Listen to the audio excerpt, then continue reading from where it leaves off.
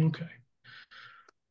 All right. Oh, Well, I do show a little after 7 now, so we will get started. And so we have both Jason Schwartz and Russ Speiller with us. And, I kind of feel like I owe you all an apology for kind of making y'all kind of share presentation honors. But it's just, we kind of had a chance to have both of you on here. I didn't want to, have to delay y'all if I didn't have to. So I appreciate y'all kind of taking turns. But I told everybody in the email, I think it's going to be a pretty interesting evening. Kind of two different, completely different things, and definitely learn some new stuff. So, um, but for the group, I will start off. We start off with Jason Schwartz, and for those of you who may not know, you probably see his name quite a bit in SABR stuff. But Jason is the co-chair of the baseball cards research committee. And I guess you're co-chair, Jason, but I see your name pretty frequently with the posts and social media posts and the articles on the Weekly Saber. So I always enjoy looking at that because I imagine a lot of us out here still have interest in the baseball cards. Do you go kind of deep into the history of stuff, sets that we wouldn't even imagine existed? So Jason actually kind of has a kind of presentation he put together for this. It's focused around Hank Aaron. I guess that's kind of your man, Jason. So do it. I am going to welcome, and I'm going to let you take it away then. okay, fantastic. I think one thing I'll need you to do though, Chris, is under the security settings, you'll need to set me up to be able to share. So right now I don't have permission yet. Okay, I thought I had sharing options on. Okay, did that do it? You know what? It did. Well done. Okay. Ooh, Well done. Okay, so give me one sec. I think I got it here. Okay, do you see my title page? yes, yes, we do. Okay, fantastic. Well, everybody, it's an honor to be here. So I am a Hank Aaron fan. I got my Hank Aaron 50th shirt on right now. But I'm actually, before I was a Hank Aaron fan, I was a Dodger fan. I still am. And so I have a special love for Pee Wee Reese. So being here with the Pee Wee Reese chapter means a lot to me. I'm focused today on what I call the game's greatest record, and I'm going to give you a cardboard history. So when I say greatest record, I'm talking about Hank Aaron, 715, 50th anniversary, just about a month ago. So let's see if my slides will advance. A little bit about me. I am a lifelong card collector. Centerpiece of my collection, without a doubt, is my Hank Aaron collection. So I'm showing you my favorite 50 cards covering his career from his rookie season, 1954, all the way through his career capper cards in 1976. And maybe my life's greatest moment that doesn't involve a wife or a kid would be meeting the Hammer in 2017 in Milwaukee. In case you can't tell, I'm the guy on the right. You know, I'm wearing his jersey, so there could be confusion. Anyway, what else? So we're going to start with a little warm-up quiz. Feel free to type in the chat. Okay, it's going to go from relatively easy to impossibly hard. So we'll see how long you stay with me. First question: home run 715. Where did he hit it? Who was the opponent, and who was the pitcher? Roll it all into one. Type your answer in the chat. If you just know one or two, type Uh, that in the chat.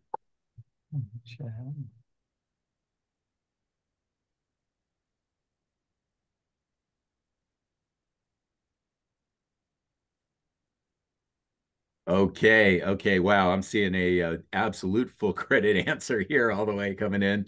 And I'm seeing Jerry got what would presumably be the hardest part of the question. So yeah, uh, show the answer here. It was very definitely off Al Downing. It was against the Dodgers. It was in Atlanta. But now let's go home run 714. Same thing. Go ahead and type your answers in the chat.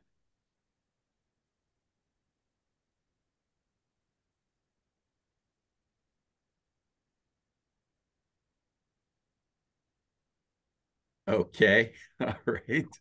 I'm seeing at least one perfect answer. I'm seeing from Jerry or from Gary, I'm sorry, 2 out of 3. Yeah, Jack knows it. So here we're hitting the local angle because this was at Riverfront Stadium, uh, opening series the 1974 season, pitcher Jack Billingham. So tried to keep one close to home for the Louisville chapter here. Fantastic. Now, things get difficult. When did a baseball card, so you can tell me the set, you can tell me the year, when did a baseball card first used the phrase home run king? I mentioned degree of difficulty was going to go up. I've got a pretty hard question here. A year ago, I wouldn't have known the answer. Yeah, that's a pretty big leap up there. I thought we would take some gradual Yeah, got a little steps. more difficult. I am good with wild guesses. Type your wild guess into the chat.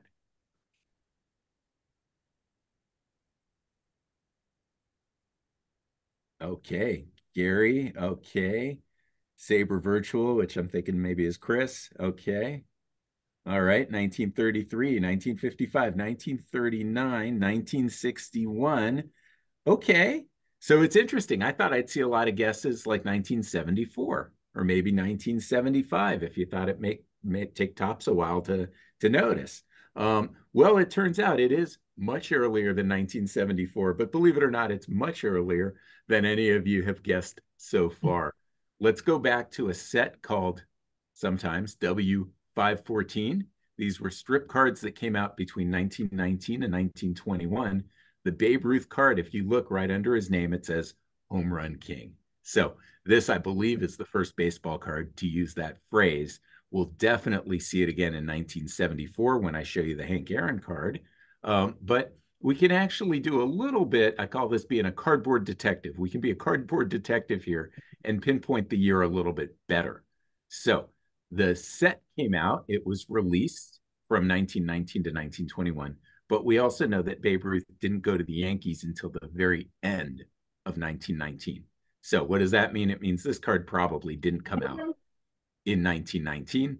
So now we're looking at 1920 or 1921. I'll just add to it. You can maybe tell that he looks more like he's on the Red Sox than the Yankees in the artwork. What that suggests to me is that the artist had the Red Sox artwork ready to go, and then the purchase happened, right? I don't think in 1921 the artist would have drawn the card like this. So my guess is 1920. I know you're close to Cincinnati, where baseball and betting go together. Actually, I'm kidding, because baseball and betting now go together all over the country, don't they? But I would put my money on 1920 for this card. All right, moving on. And this is yet another high degree of difficulty. When did a Hank Aaron baseball card first mention Babe Ruth? And I promise this is my last trivia question before we jump in.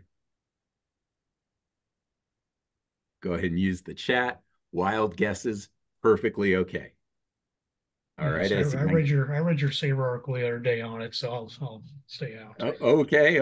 So I see 70, I see 73.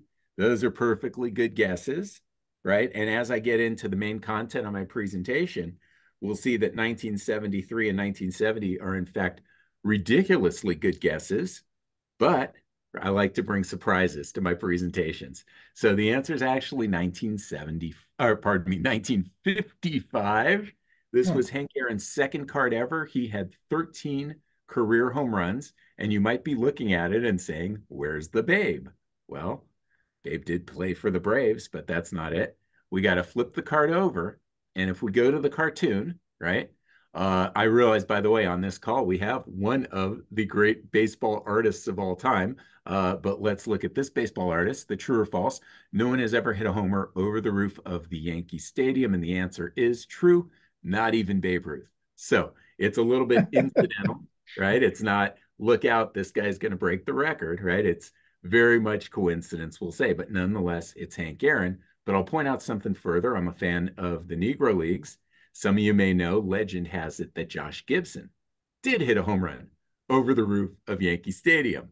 Now I'm going to back up because I'm talking to a SABR audience. You all are not swayed often by myth and legend.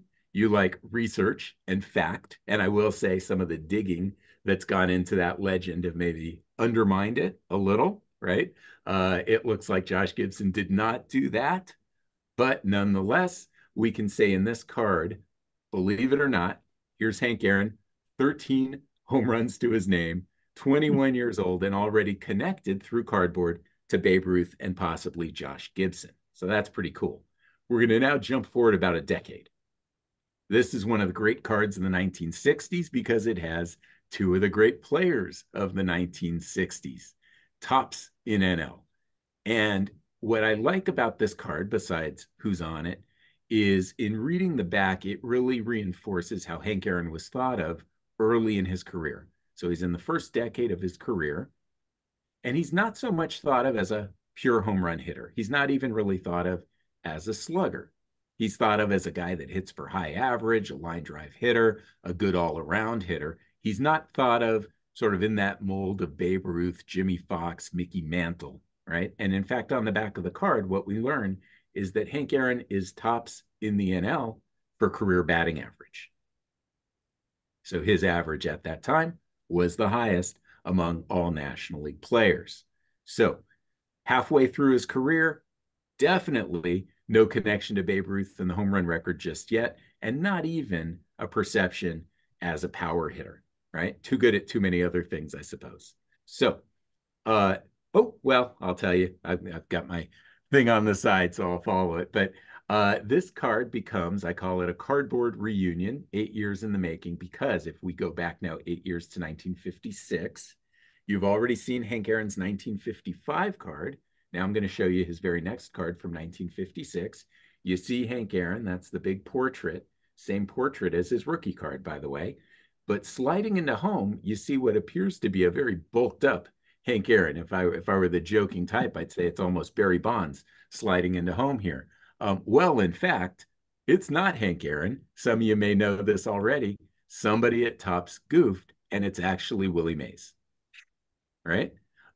So what do we have? Here's Hank Aaron.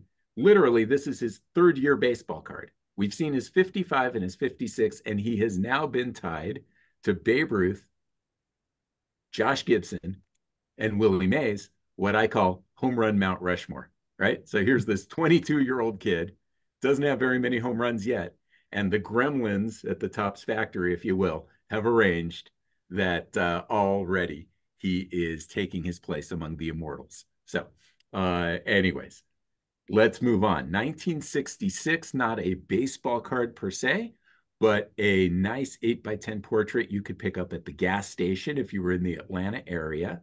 And the reason that I put this up is because on the back, in the biographical area, in the narrative, it talks about his career home run total. He's at 398 home runs.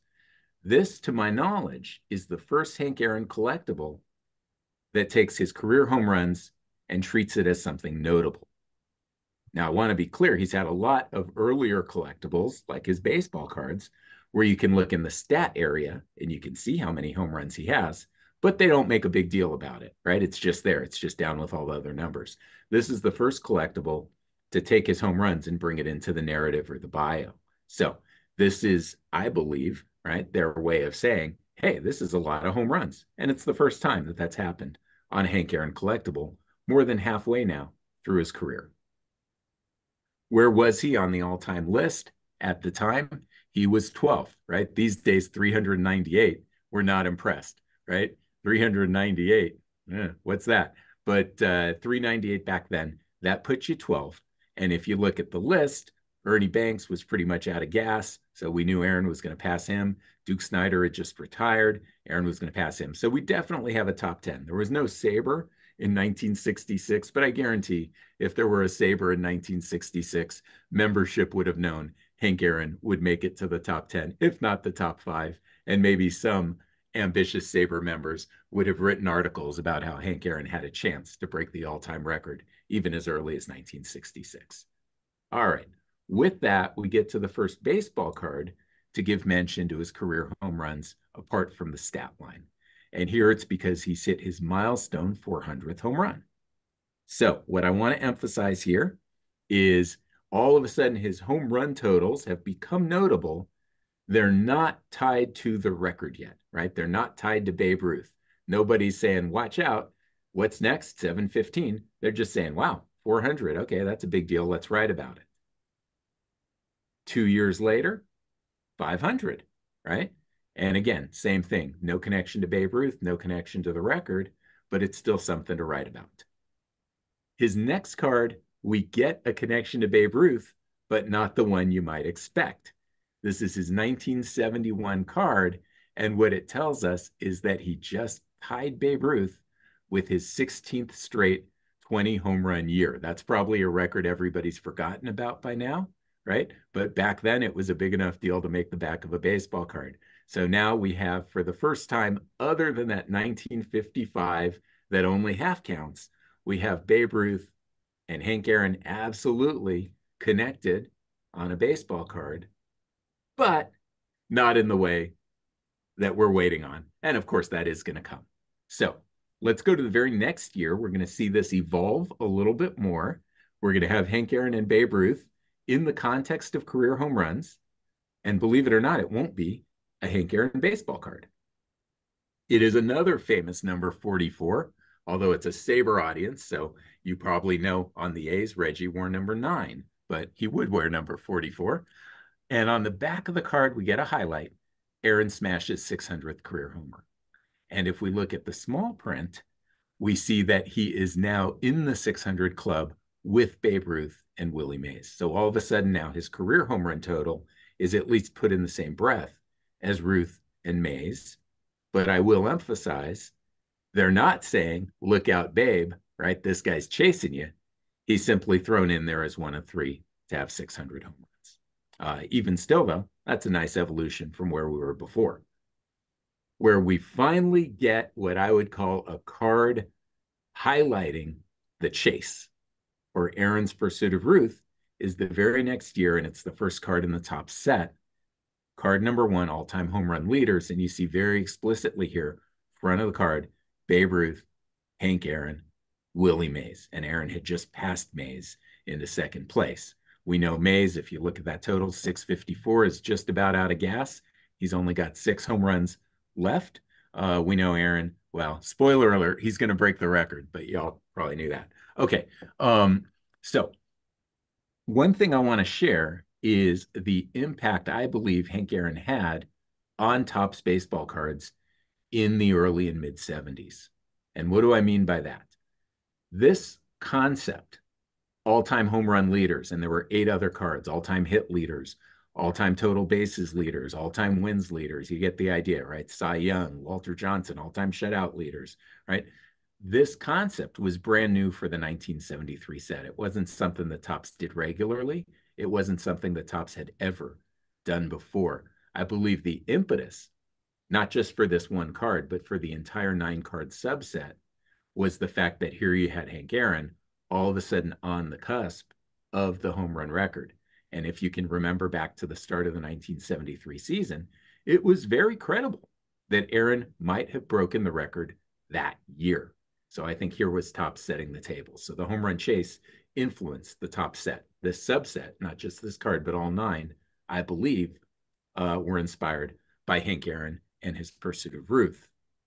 Now, Hank Aaron also had what I'll call a base card in the set, just his standard baseball card.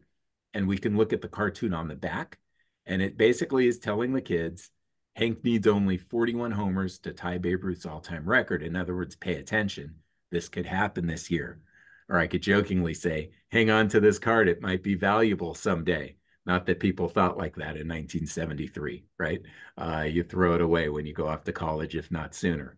But anyway, 1973, now obviously the concept of the chase is very real. We've got that card with Mays and Ruth, and we've got the explicit directions here about tying the all-time record. So folks probably know Aaron did not hit the 41 that he needed to tie, but he hit 40.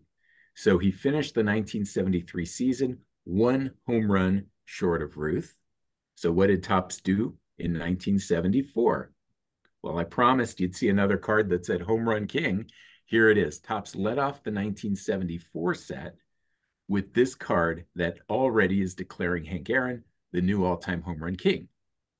Now, if it had come out in July, no problem. But this card, kids were getting this card as early as March 1974, meaning Hank Aaron was not the Home Run King. They were getting a card that was not accurate at that time, right? Sit on it a month or so, and it will be accurate. But there were kids pulling this card in March before Aaron was the Home Run King. If you flip it over on the back, it tells you Hank becomes the all-time, Home Run King, right? So a little bit of maybe future tense or prediction here. So Topps went a little bit out on a limb. Obviously, it was not a very long shot bet to take, a long shot position that Aaron would get 2 home runs in 1974. Obviously, he did that rather quickly that season. But I'll show something else. I mentioned Aaron had a lot of influence on Topps cards in the early and mid 70s. Well, this card was pretty unique. This wasn't the kind of thing Topps had ever done before, but they did even more. The next 5 cards in the set were called Hank Aaron Specials, and they showed all 20 of his previous Topps baseball cards. So the history of Hank Aaron as told by his baseball cards. So something very special. They did it again in the context of the Pete Rose hit record. They did it again for Nolan Ryan. But the first time that Topps did this sort of thing, displaying a retrospective of baseball cards, was with Hank Aaron. So again, the Topps set, very influenced by Aaron and the chase. A comment I'll make is take yourself back to 1974. Maybe some of you were there actually collecting baseball cards. I was a little too young. I was around, but I wasn't collecting cards. But we had no internet. We had no card shops. And generally, kids weren't going to card shows in 1974. So what's really neat about this is if you were a kid in 1974, maybe 10 years old, you'd never seen any of these before in your life. Not only hadn't you seen a 1961 Hank Aaron, you'd probably never seen a 1961 baseball card of any kind. So I have to imagine this was incredibly cool when these cards came out. All right. Now, let's go back to the prediction, right? The prediction that obviously proved correct. So Topps called it a little before it happened. A month before he broke the record, you could get the Topps baseball card, new all-time home run king. But believe it or not, Topps got scooped by another card maker. They're known a little less for cards than making something else, but another card maker actually predicted the record even before them. And that was Little Caesars. This was a calendar they put out at the end of 1973, right? You could have picked this up in Detroit, maybe in December or so. All right. And what it says on the back, right? It mentions, right, that Aaron needs 1 to tie and 2 to break the record. And it says, that will happen, right? They are calling their shot, right? To borrow a little parlance from the Babe Ruth biography, they're calling their shot. This will happen. And so the earliest on record with a baseball card to call Hank Aaron the home run king is actually Little Caesars. All right, not the most flattering picture, but anyways, we'll move on from that. So before I talk about this card, I'm going to tell you how baseball cards work today, especially when I talk to a SABR audience. I have a lot of folks who, like myself, maybe collected cards in the 70s, maybe a little bit in the 80s. Now, I still buy some cards today, but a lot of audiences I talk to, I have people who have not bought cards since the 70s or since the 80s. Well, baseball cards have changed a lot. They're shinier, they're more expensive. Those are a couple examples, but there's something else. Let's pretend today that Ellie De La Cruz stole 10 bases in one game. There would be a card for that tomorrow. This is a concept, they call it Topps Now, right? It's not quite Topps Now, it's Topps the next day. But the point is, anything exciting happens in baseball, Topps makes a card of it the very next day that you can order off the internet. Well, in the mid-70s, life didn't work that way. So when Hank Aaron on April 8th, 1974, hit his record-breaking home run, there was no card the next day. There was no card the next month. There was no card 6 months later. The way it worked back then was you had to wait a whole year. And so in this case, the 1975 set came out. This card maybe would have hit the shelves March 1975, 11 months after the record, and you'd finally get a real baseball card letting you know, right? Not predicting or anything like that, letting you know that Hank Aaron, in fact, did set the all-time homer mark. So it took a while back then. Things have changed in the hobby. Back then, you waited a year. I'm going to show a couple other cards that capture the Aaron record, not so much because they're historically important, more just because I like them. So sometimes I like to just show cards I like. So I am a big fan, and I have Gary C in the audience, so perfect, but I'm a big fan of baseball or sports artists who independently create, produce, and sell their own cards. And so one of the all-time greats, besides Gary C, is Robert Laughlin. So he put out a ton of sets. Sometimes he partnered with Fleer, but often he just made his own sets and sold them through his newsletter or through hobby publications. He put out a set in 1976 and dedicated a card to Hank Aaron. Again, historically important, probably not, but I like the card, so I'm sharing it. Now, I will give some trivia.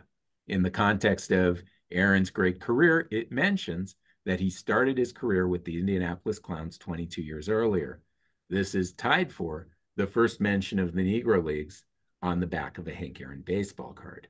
What's it tied with? It's actually tied with another card Robert Laughlin issued in 1976, because that same year he did a celebratory set of the Indianapolis Clowns franchise that included cards of some of their more famous players throughout history. So that same year, he has a Hank Aaron Indianapolis Clowns card. You're going to see a giant picture of it at the end of this presentation. And then he also gives the Clowns a shout out right here. So that's a little bit historic, although not in the context of the chase. Another baseball card artist who created and distributed his own cards, I think may have been in the Cincinnati or Louisville area. So if somebody knows, type it in the chat, let me know. But I think he's a local guy for you. Not around anymore, but this is Bob Parker. His style was kind of like those old-time newspaper cartoons, right? Which is a favorite style of mine. 1977, he put out a set called More Baseball Cartoons, and card number one in that set featured Hank Aaron and Babe Ruth as all-time home run specialists. Okay, I like that phrase. True. What else? Well, of course, it's going to give their number of home runs, but I'll say, in my opinion, this may be Bob Parker trolling Hank Aaron just a little bit because he's got to go there with the at-bats. Now, at that time, and still true today, there were detractors of the Aaron record who would essentially take away from it by saying, okay, my gosh, but look how many at-bats he had compared to Babe Ruth. And that is a valid critique. In fact, one of the most vocal proponents of that critique was Hank Aaron himself.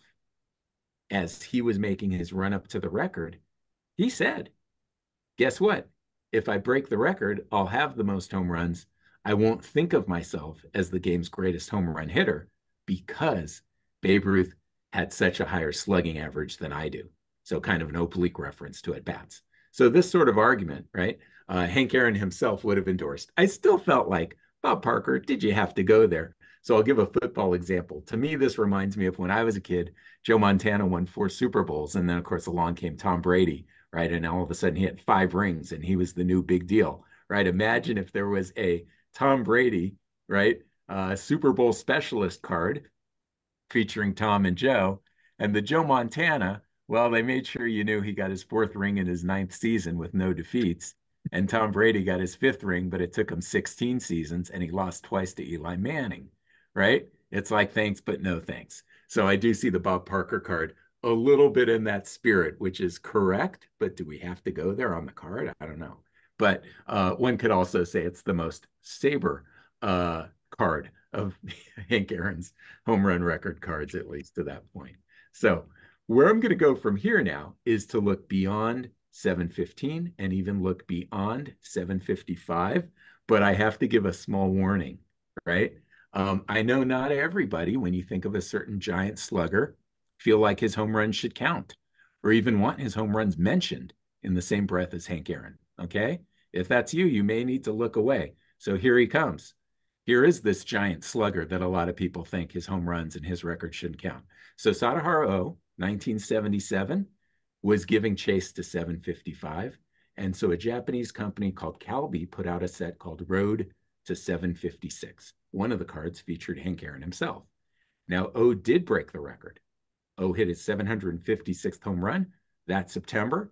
If you're looking at this card thinking, hey, that's cool, I wouldn't mind a Japanese card with Sadaharu and Hank Aaron, I've got bad news for you.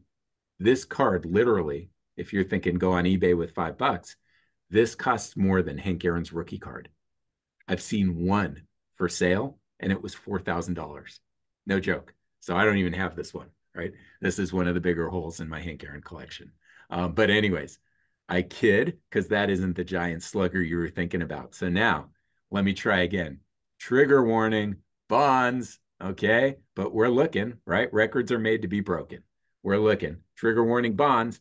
You guessed it, of course, 1981, Bobby Bonds. Let's look at his Donruss card. Well, believe it or not, there was a rather big typo on the back of the card. And if we blow it up here, we see his home run total, 986 career home runs, even more than he had RBIs. Right? I'll let the great minds of SABR figure out that conundrum. And his triples are pretty impressive as well, right? If we look at the back of the card, presumably he had a lot of hits that should have been doubles, but he took the extra base. That's the only explanation I have for that. Um, so obviously, this is just an error, but I think it's a fun one to show. I like to call this cardboard clairvoyance, or you could call it cardboard coincidence. But here was Donruss in 1981, essentially letting us know that a Bonds would someday break the most hallowed record in all of sport. All right. Well, I have pushed off the inevitable long enough.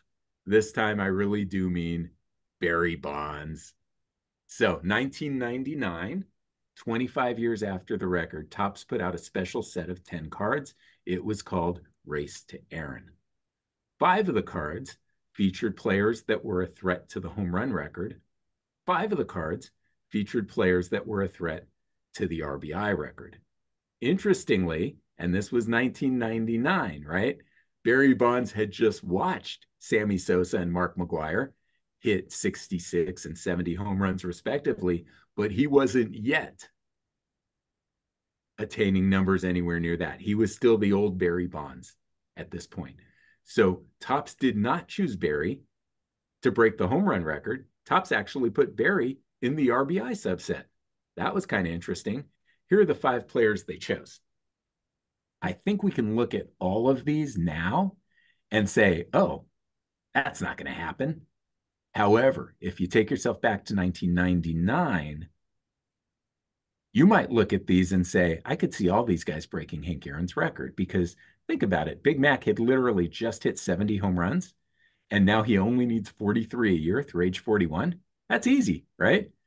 Ken Griffey Jr., this was right before he fell off a cliff, right? Right before he fell off a cliff. This was when he probably was thought to have his best shot of passing Hank Aaron. A-Rod, a little too young. Vlad Sr., these are all doable numbers in the steroid era.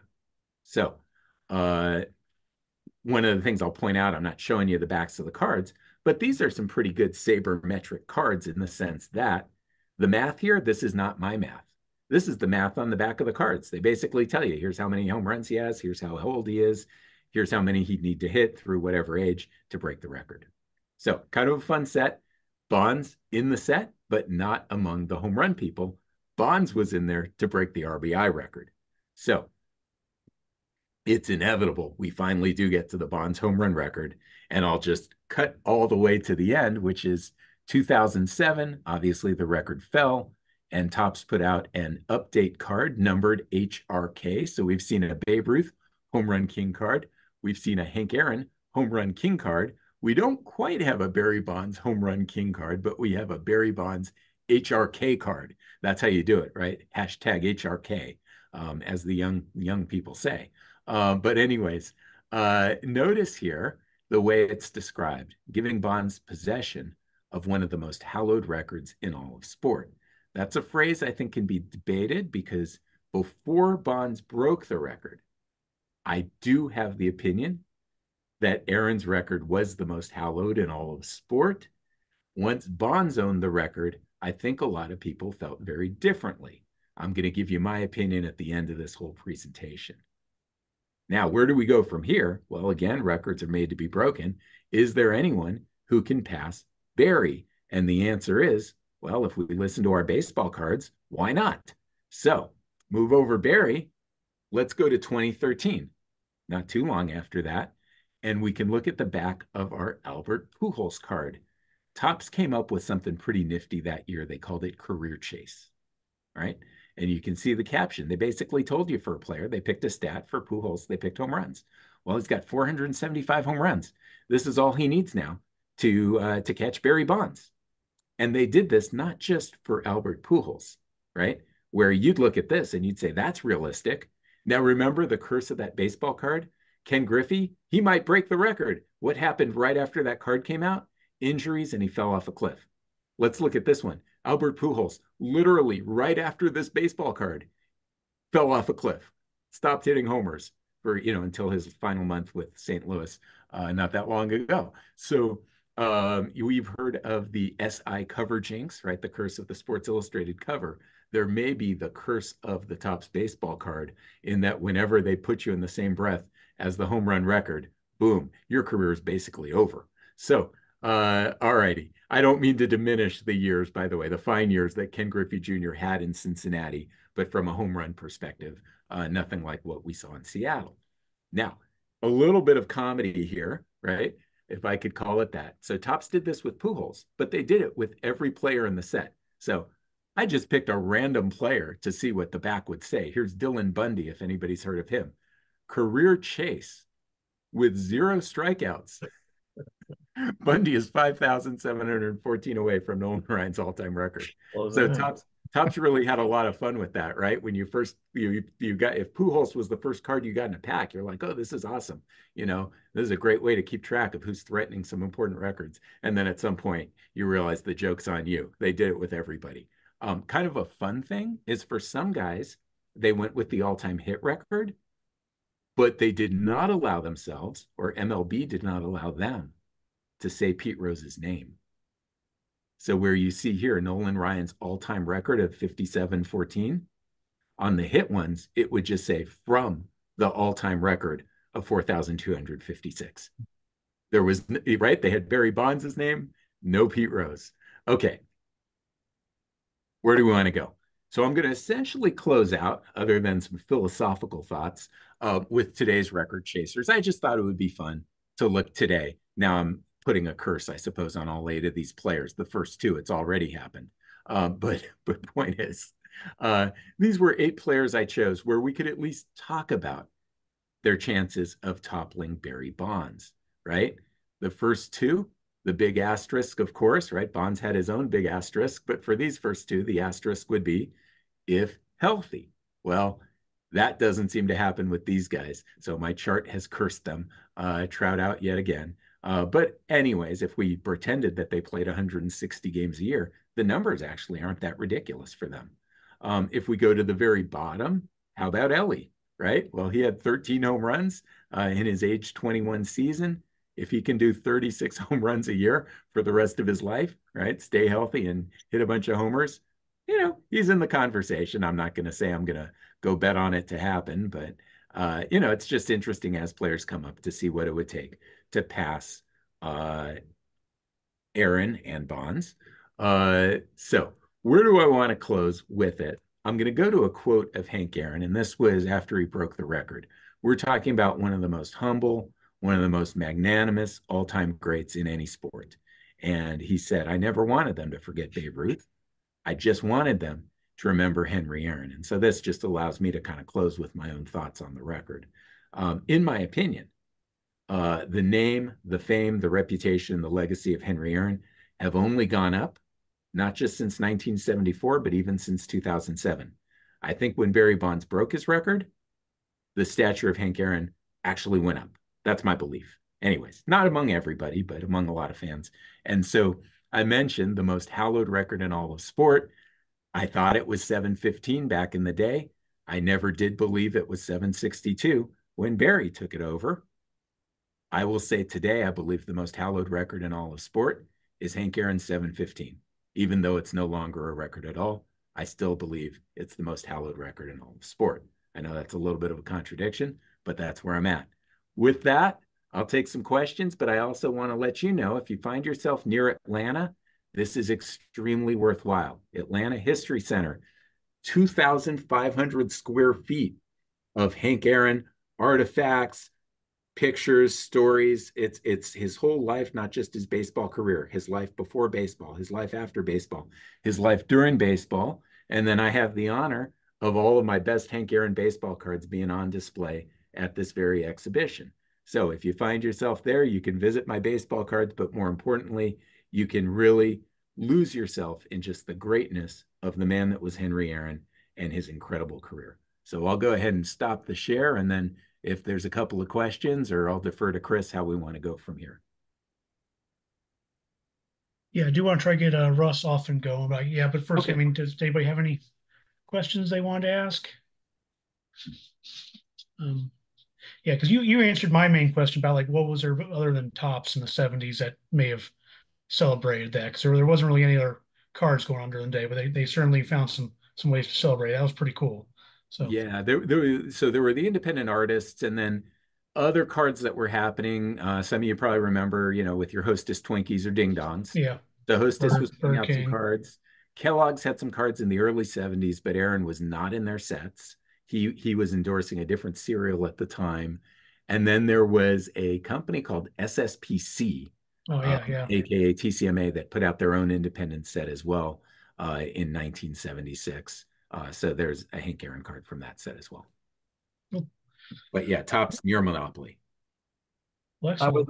I was there for a wedding on Saturday at the Hank Aaron exhibit. That was very nice. Oh, you got to go to it. I saw Oh, your collection. I didn't know fantastic. what your cards, but I looked through all those cards when I was Oh, there. small Now, world. the I wedding almost was missed at the the Hank dinner. Aaron exhibit, or it was just somewhere else in Atlanta, and you made a I was side there trip? for a wedding that in the History Center. In the History Center. I almost missed the dinner because we were in the lucky Uh, exhibit for so long. Oh, well, awesome. But it we was should very have had this well, last week, Jack, so you could tell everybody, you knew the. very well done. Very well done. Oh man. Yeah. Perfect. All right. For Russ, you ready? Are you able to do it on your PC, or do I need to switch over to mine? I will share my screen and then I need you guys to tell me when you see it. See it? It says you're started sharing it, but I don't see yet. There we go. All right. One thing I want to do though is get to presentation mode. So hold on one second while I do that. Oop, I might not be able to get to presentation. That's all right. As long as you guys can see it, okay, I can. Well, no, I want to be in presentation mode. Definitely do. I go do that. Uh,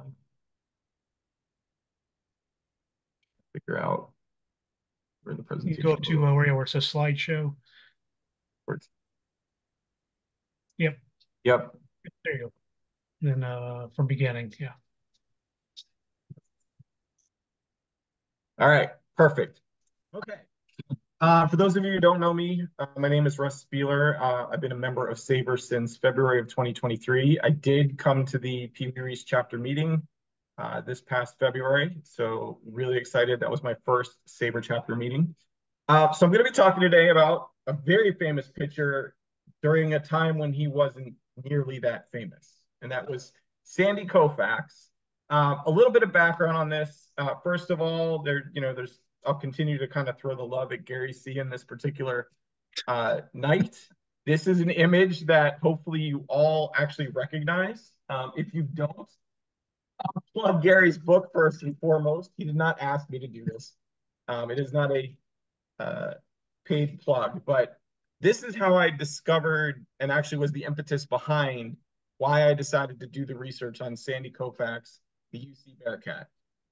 Because about a year or so before I'd become a SABR member, I bought this book at a local bookstore, The League of Outsider Baseball.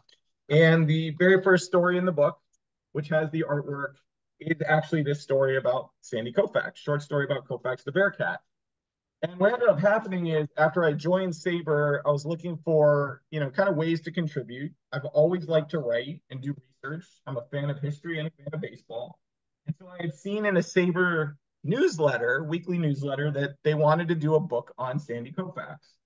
And so I contacted the editor, Bill Nallon, and I said, I'd love to take on a writing assignment. I'm a new member, love to take on a writing assignment for the Sandy Koufax book. I got back a very nice response from Bill telling me that, probably not surprisingly, Sandy was a very popular figure. And all of the writing assignments had already been handed out, but thanked me so much for my interest. But then came my recollection of Gary's story in his book. And so I actually wrote Bill back and I said, I didn't notice in the writing assignments anything about Sandy Koufax's college career as a UC Bearcat. Is there a potential to add that to the book? And he wrote me back and he said, you're correct. That's not a story that was outlined for the book originally, but we're more than happy to entertain the story. Why don't you do some research and do a write-up? So I'm happy to say that research and write-up will be included in the Sandy Koufax book coming out this fall. and I'm grateful that you guys want to hear about it. So it's obviously a lot to try to follow Jason. He did an amazing job just now, but the one thing that I did thread through as he did is some trivia questions. So first question is actually not so much trivia, but should be a little bit of fun. When you hear the nickname Wild Thing, who do you think of?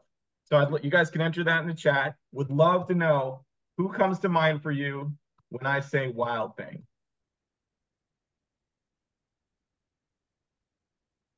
Mitch Williams. Yep.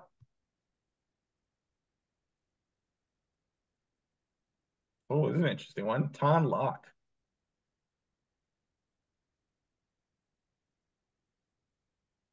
All right. Well, I'm going to show my age a little bit. For me, when I hear Wild Thing, there were two immediate names that popped to mind. Mitch Williams being one of them, possibly due to my age. I think of him as a Philadelphia Philly more than a Texas Ranger. But the most famous of all, the movie of my generation, Major League, Charlie Sheen, Wild Thing. The person you might not think of is the man in the third photo, the man I'm going to talk to you about, Sandy Koufax.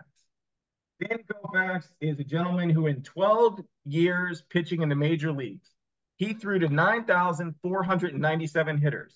He only hit 18 batters, only threw 87 wild pitches. But that is not the man who started his college career as a UC Bearcat.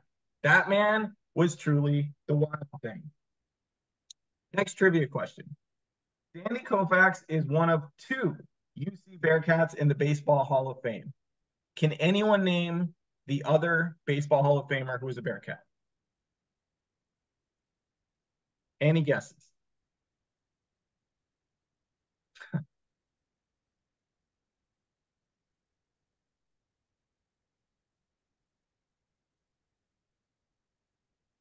Yes, Gary is right. Miller Huggins. So I will say, I'm pretty sure that I asked you that trivia question on the drive to the Pee Wee Reese chapter meeting in February and answered it as Miller Huggins. So your recollection is good. Good news. Your memory is not failing.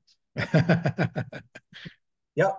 Miller Huggins, manager of those St. Louis Cardinals and New York Yankees, was in fact, I believe he was a second baseman for the UC Bearcats. Now here's your first fun fact about Sandy Koufax. He did not come to the University of Cincinnati to play baseball. He came to the University of Cincinnati to play basketball, and in fact was on the freshman basketball team where he was the third highest scorer on the team. He averaged 9.2 points per game as a forward and on a team that was absolutely fantastic, finishing 14-2. How he got to the University of Cincinnati is also really interesting because if you don't already know, Sandy Koufax was a Northeasterner, a New York kid. You would think, like other New Yorkers, might be thinking Cincinnati, where exactly even on the map is that, quite frankly? He got there because the University of Cincinnati happened to be playing in a tournament at Madison Square Garden that Sandy attended when he was in high school. And he watched the Bearcats beat Lafayette and thought to himself, maybe they have a good basketball program. I'd love to apply for a partial scholarship to play basketball. They also have a good architecture program, and I want to major in architecture. That was his connection to UC. Prior to that tournament at MSG, he had no idea about the University of Cincinnati. This, in fact, is his fraternity picture. He was a member of the Pi Lambda Phi fraternity at the University of Cincinnati. He pitched one season before he was drafted by the Dodgers. He had a 3-1 record and a 2.81 ERA. And something I meant to mention in the image that Gary illustrated, and he can tell you the story if he wants to. I'm going to leave that part out of it. But I found it fascinating that the image that he depicted was of Sandy Koufax pitching against Xavier. Why? Because that was his only loss. The one team he couldn't defeat that season was Xavier, which, by the way, I did this presentation back in February for the Cincinnati chapter. It happened to be at Xavier, so they let out a big cheer. Happy to know that Koufax cannot defeat their X-Men. He led the staff with 51 strikeouts in 32 innings. But as I mentioned to you guys, he truly was their Wild Thing. He walked 30 batters in those 32 innings. One of the things that I was not able to uncover doing the research on Sandy Koufax was his uniform number. So I know there's a lot of you guys out there that love to go play detective, and I can tell you that the university would love to know what his uniform number was. All of the pictures of the players are just of their fronts of their uniforms. None of the UC scorecards listed the player numbers. Sandy himself was asked what his number was at UC, and he himself said, I can't remember. So to this day, with all the research that has been done, there is no documentation of what uniform jersey number. Okay, so that one remains a mystery and is a challenge for you all to take on if you care to do it. Sandy's pitching philosophy at the University of Cincinnati, where he threw his knee buckling curve and his incredibly fast fastball. He said, my philosophy was pretty darn simple. Just throw as hard and as long as you can. How did he get from the basketball to baseball? Because as I mentioned, he didn't come to school to play baseball. He played basketball. Well, the basketball coach was a gentleman by the name of Ed Euchre. Ed was also the coach of the baseball team. And so the story goes that one day, Sandy Koufax walked into the coach's office while Coach Euchre was planning a spring trip prior to the 1954 baseball season, planning a spring exhibition season in New Orleans. And when Sandy Koufax heard New Orleans, he thought to himself, I can spend the break back in New York, or I could go to New Orleans. And his words were, I heard those two magic words, New Orleans, and I could think of no other place in the world I would rather be. And so he exclaimed to Coach Euchre, I'm a baseball player. I'm a pitcher. I actually pitch pretty good. Coach Euchre, first time he had heard this, right? To this point, you were my forward on the basketball team, but okay, you're telling me you can pitch? Give it a shot. He took him to a place called Smidlap Hall. It was an incredibly small, dark place, okay? Not a lot of room, not a lot of light. He's in there, and they managed to get a gentleman by the name of Dan Gilbert to agree to to catch him in the gym. Gilbert was scared out of his wits. I mean, his words were, when I felt the first pitch that I saw from Koufax, I described it in the following way. You ever take a sledgehammer and hit a knot in a piece of wood? You know how it bounces back? That's how it felt. So he would you got to remember too, this is 1954. So the mitts that they had at the time, he had to cram sponge inside his mitt to help absorb the shock of that baseball. Euchre was astonished, like literally astonished. He had said later on that if they had a speed gun, he would have sworn that Koufax could throw 100 at that time, this college kid. But he could not harness that fastball. This is a picture of Koufax right there in the top row. Fifth from the top. You can see him on the UC Bearcats team. One of those team pictures that I was able to get. One of the delights I actually took in researching the story is I actually contacted, obviously, the University of Cincinnati, and they were super gracious about saying, hey, come on in and we'll give you his whole student file. I was like, sweet, this is pretty neat. So they left me to a conference room, pulled Koufax's files. The only thing I have to say about that, however, is Koufax's files, to me, reminded me of a parent who was keeping all of the articles of what their child became when they finally got to the profession.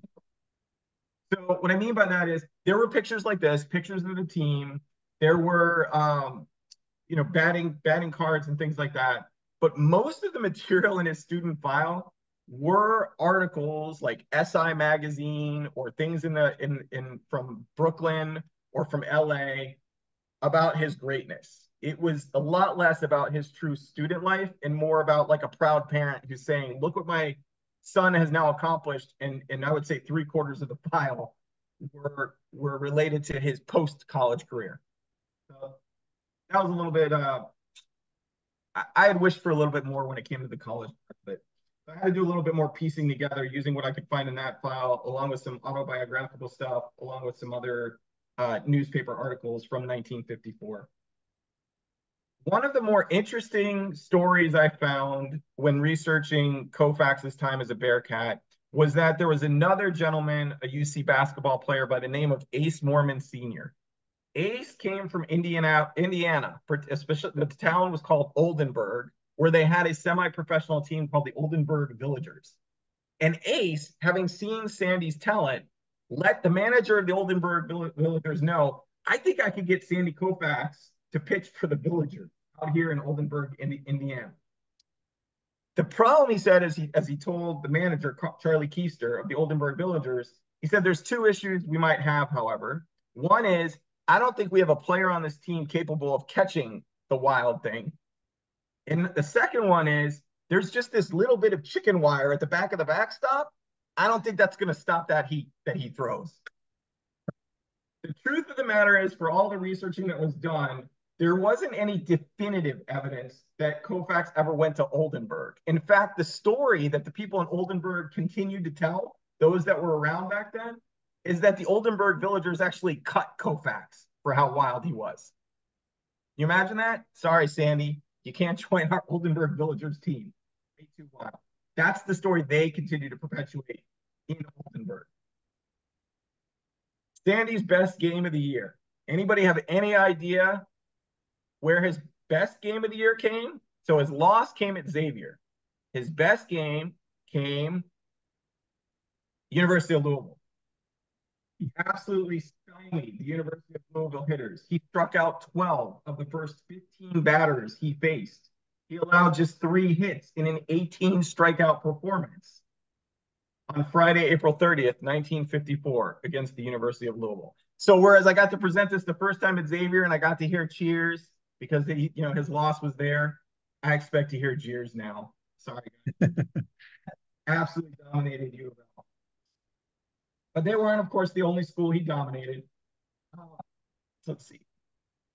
Some of his other, as I mentioned, he had a 3-1 record with a 2.81 ERA. He had 51 strikeouts in 32 innings for the sabermetrics folks. That turns into 14.3 strikeouts per 9 innings. But as I said, he walked 30 batters in 32 innings. His best game, like I said, was the 18 strikeout game against the University of Louisville. But his second best game wasn't far behind. It was 16 strikeouts against Wayne University. Brings me to my next trivia question. This, honestly, for me, this might have been the most fun fact that I did find in his student file. Koufax's batting average in Major League Baseball was an incredibly paltry 0.097.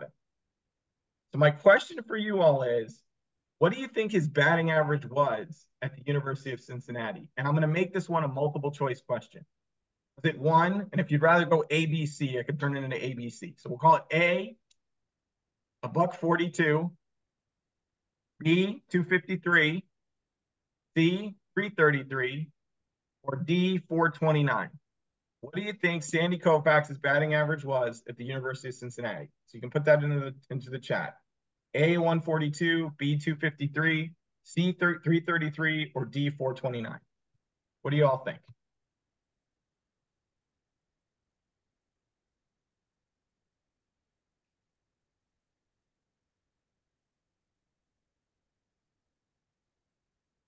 All right, well, you've already done better than the folks at Xavier because none of them got it. Several of you did. In fact, it is D. He hit 429 at the University of Cincinnati. What was fun about that particular part of the discovery was that in having read Koufax's own autobiography, he mentions in the autobiography that he had never hit as well as he did at the University of Cincinnati, but didn't know what he hit. So he just remembered, hey, I was an amazing hitter at UC, but didn't recall his batting average. That was in his student files. He finished the season with a 429 average. That was the second best hitter on the team. And what's super interesting about that is, let's see if I can advance this. Well, there it is, right there from his student files. You can see his totals. Be clear, 14 at bats, not a lot. Again, he was a pitcher, but a robust 429 average, second best on the team. What's super interesting about that is it leads into his first scouting report, which was found in his autobiography. So Dodgers scout Bill Zinser on May 15, 1954. For those of you who can't read exactly what that says on there. I'll read it to you. He listed Sandy Koufax as having an A-plus arm, not a surprise. Very good prospect, tall, muscular, quick reflexes, well coordinated, going to the University of Cincinnati on a scholarship. Not interested in pro ball until he graduates. He also gave Koufax an A for hitting because of that 429 average. Certainly in the major leagues, no scout would ever give that man an A for hitting.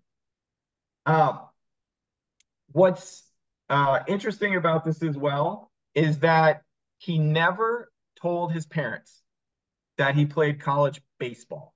Basketball, yes. Baseball, no. So all this is going on. 18 strikeouts in one game, 16 in another. Scouts coming to watch him. Never said anything to his parents. In fact, his father only learned about his playing career at the University of Cincinnati as a baseball player because a man by the name of Gene Bonobo, who is the Eastern scout for the Giants, dropped into Koufax's father's office holding a clipping from the Cincinnati Enquirer paper about Koufax and one of his amazing performances. That's how Dad learned that his son was prospering as a star pitcher for the university.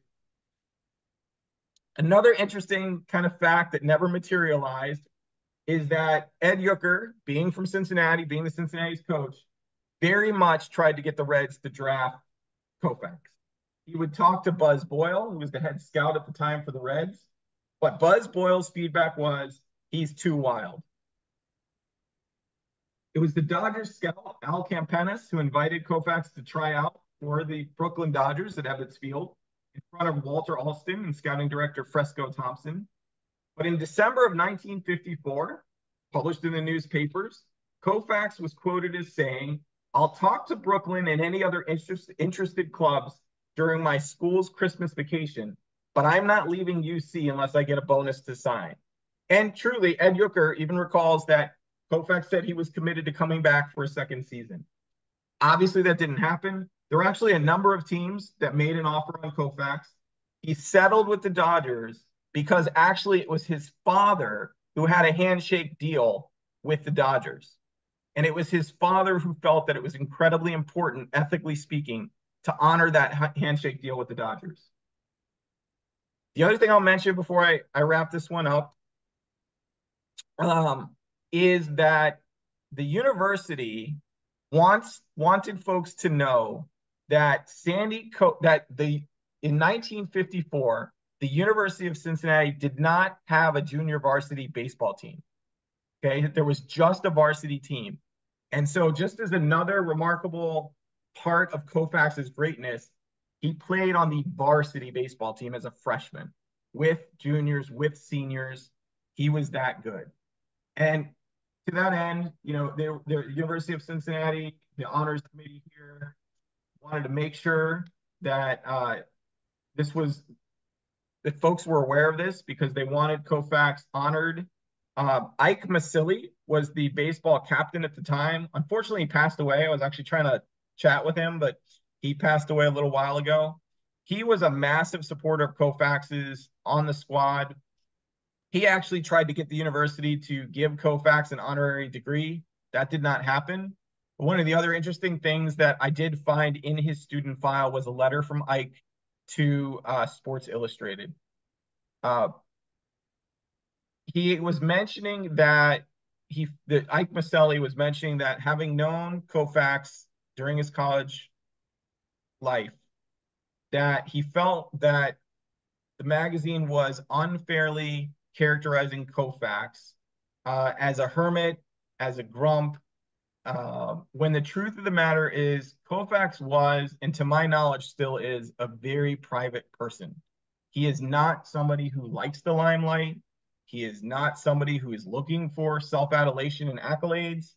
And if that gets misconstrued as not friendly to the media or grumpy or what have you, Ike wanted to set that record straight. And in fact, actions speak louder than words. Years later, I think it was somewhere around like 2000, maybe a little longer than that, Ed Uecker was given an award for his work with the baseball team and especially the basketball team. You saw that 14-2 record.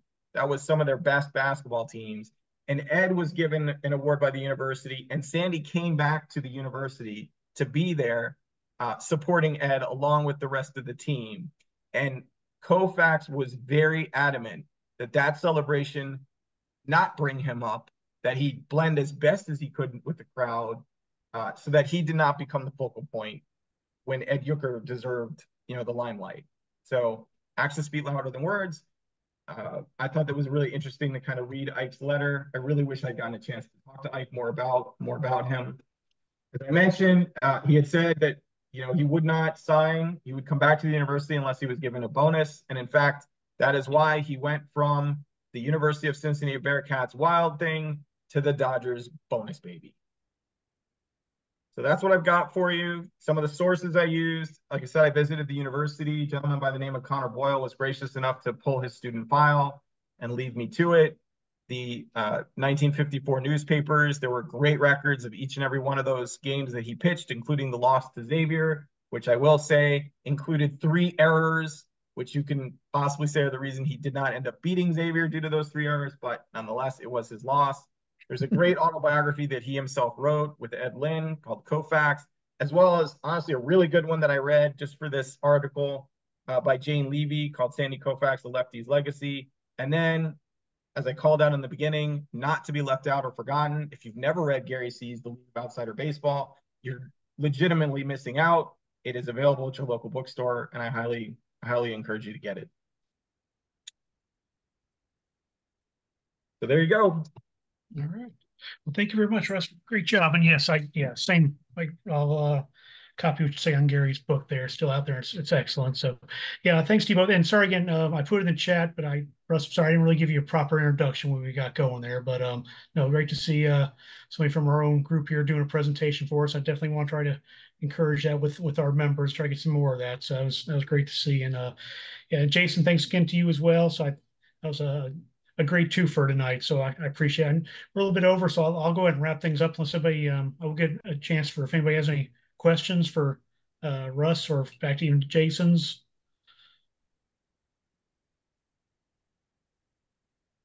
All right, there we go then. Thank you all so much. Appreciate it. We'll do this again. Thank you. Thanks, Talk Chris. to y'all later. Great job, everyone. Thank you. Great, thanks.